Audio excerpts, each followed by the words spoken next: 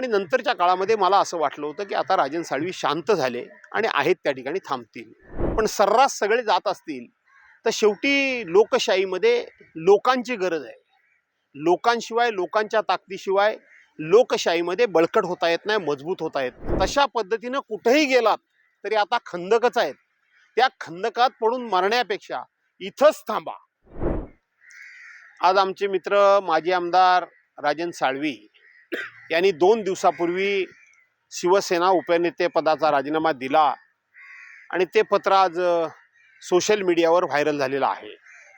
आणि आता चर्चा सुरू आहे की राजन साळवी हे शिवसेना शिंदे गटामध्ये जातील, अशा प्रकारची चर्चा सुरू आहे. काही दिवसापूर्वी राजन साळवी हे नाराज होते. निवडणुकीमध्ये पराभव झाल्यानंतर थोडंसं वेगवेगळं त्यांच्याबद्दलचं ऐकायला येत होतं, म्हणून आम्ही एकत्र बसलो. त्यांनी आणि आम्ही चर्चा केली. त्यानंतर त्यांनी उद्धव साहेबांच्याकडे चर्चा करावी म्हणून आपण पुढाकार घेतला. उद्धव साहेबांनी त्यांच्याकडे अत्यंत मनमोकळेपणे चर्चा केली. त्यांचं ज्या कोणा पक्षातल्या पदाधिकाऱ्यांच्यावर नाराजी होती त्याचं सुद्धा समाधान करण्याचा प्रयत्न उद्धव साहेबांनी केला. आणि नंतरच्या काळामध्ये मला असं वाटलं होतं की आता राजन साळवी शांत झाले आणि आहेत त्या ठिकाणी थांबतील. 2च दिवसापूर्वी मी त्यांच्याकडे बोललो.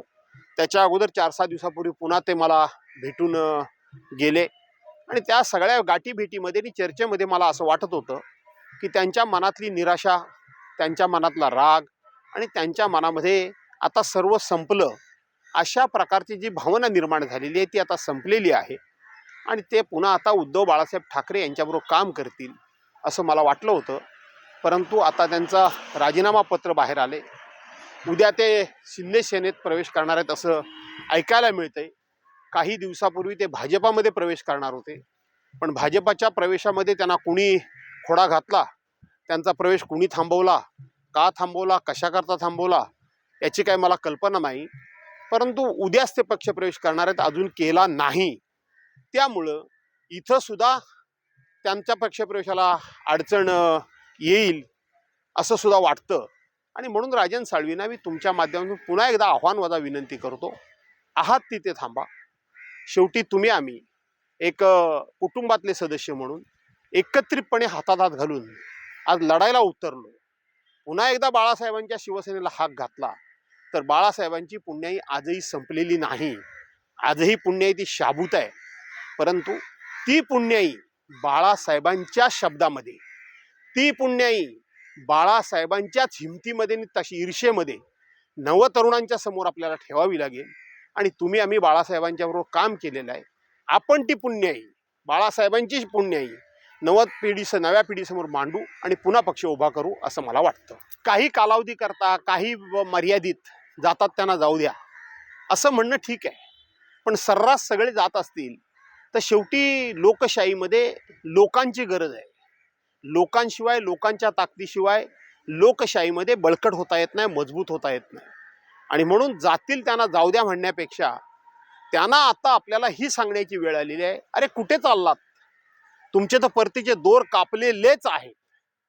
ज्या पद्धतीने विजापूरच्या किल्ल्यामध्ये एक मोठा खंदक खणलेला होता, इकडून जर घोडा तिकडून उडवायचा असेल किंवा पलीकडे जर पोचवायचा असेल तर ते खंदकातच विरोधकांचं सैन्य पडून मरत होतं. तशा पद्धतीनं कुठेही गेलात तरी आता खंदकच आहेत. त्या खंदकात पडून मरण्यापेक्षा इथंच थांबा, इथेच लढा, आपण लढू आणि पुन्हा एकदा बाळासाहेबांची पुण्याई उभी करू, अशा पद्धतीचा एक आत्मविश्वास निर्माण करण्याची गरज आहे. ज्या पद्धतीनं तानाजी मालुसरे धारातीर्थी पडल्यानंतर सूर्याजी मालुसरे धावून आले आणि मावळ्यांना सांगायला लागले, पळता कुठे, पळतीचे दोरच त्यांनी कापून टाकले, एक तर लढा नाही तर मरा. आणि मावळे लढले आणि हातातून गेलेला किल्ला त्यांनी पुन्हा मिळवला, यश पुन्हा मिळवलं, विजय पुन्हा मिळवला. मला असं वाटतं की जातात त्यांना जाऊ दे म्हणण्यापेक्षा त्यांना लढण्याकरता उद्योग करणं ही आता काळाची गरज आहे.